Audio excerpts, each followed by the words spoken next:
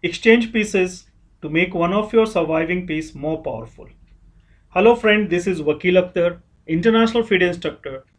Today I'm going to show you a game which is based on exchange pieces to make one of our surviving piece more powerful.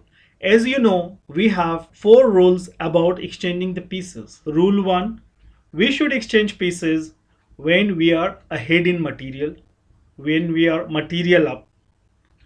Rule 2, we should exchange pieces when our position is cramped. Rule 3, we should exchange pieces to get rid of opponent's most powerful piece. And rule 4, we should exchange pieces to make one of our surviving piece more powerful. I'm black here. It is a blitz game played at chess.com. My opponent has played d4. I played knight f6, knight f3, d5, b3. So he's planning to play Cole system. I felt no problem. But the move is not so strong, so I can easily get my bishop out. So I played bishop f5. My opponent has played bishop b2. I played e6. He played e3. I played c5. My opponent has played bishop b5 check.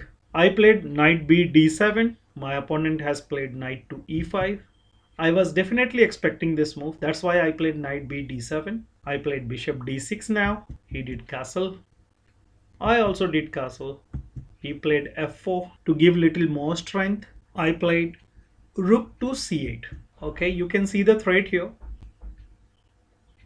I'm threatening c2 pawn indirectly. My opponent has played pawn to c3, defending it. I played a6 now, asking him the question. He said, no, I don't want to exchange my bishop with your knight. So he went back to d3. I took his bishop and he captured with the queen. Well, now I don't have my light color bishop. So I have decided that I will keep maximum number of pawns on white color. So I played knight to e4. My opponent has played knight d2. I played f5. So I'm fixing up my pawns on white color because I don't have a white bishop. And this way I'm also blocking his pawns on dark color. So his bishop won't get a chance to become active. His bishop is not so active because of all his pawns on dark color. My opponent moved his king to h1. I played knight f6 now. He took my knight. I captured his knight with my knight. Now I'm keeping my finger crossed, and here my opponent has played queen e2. The minute he played queen e2, I took his knight. The reason was, now my e4 knight is kind of a monster on e4. Nobody can capture my e4 knight.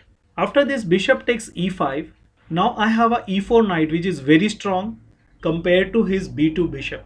He captured my bishop with d4 pawn. I moved my queen to h4 with the threat of knight g3 check. My opponent has played rook to f3, defending knight g3 check. I played king to h8.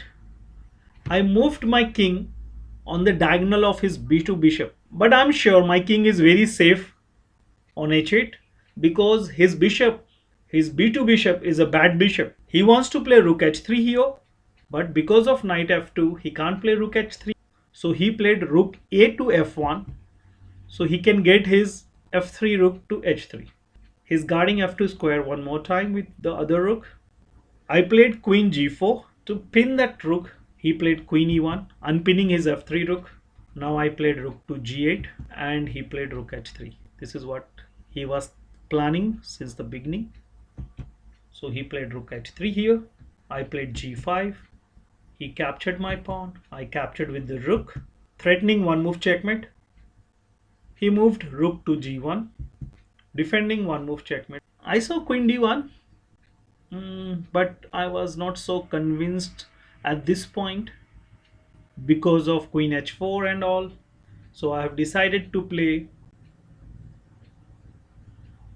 c rook to g8, tripling up on the open file. My opponent has played c4 now. He wants to open the diagonal for his bishop.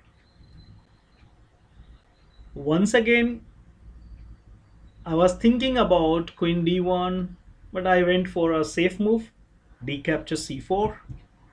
My opponent has played b capture c4.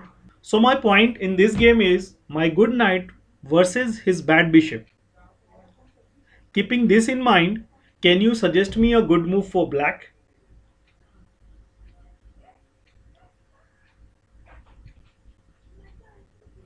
Okay, now I'm going to reveal the answer. I played queen takes h3.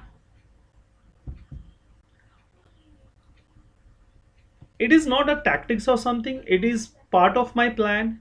With this move, I want to exchange more pieces and basically want to play knight versus bishop endgame.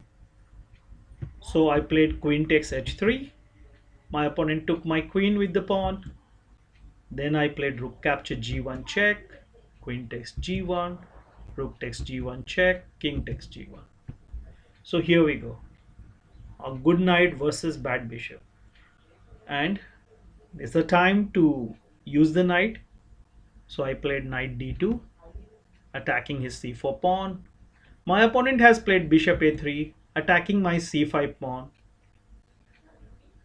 I can save my pawn, but he can't save his pawn.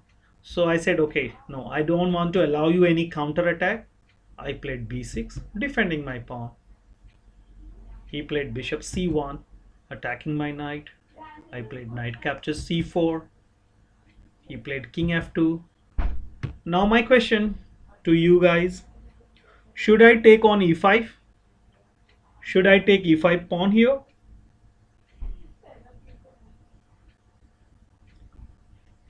Of course not. If I take on e5, I will lose this game because of bishop b2 ping. So I moved king to g8. He played king f3. I played knight takes e5. And in this hopeless position, he did a blunder. He played king f4. I played knight d3 check and he resigned. So guys, you have seen a game based on the principle exchange pieces to make one of your surviving piece more powerful. Thanks for watching. I will try to get more videos like this based on principles. See you next time. Bye.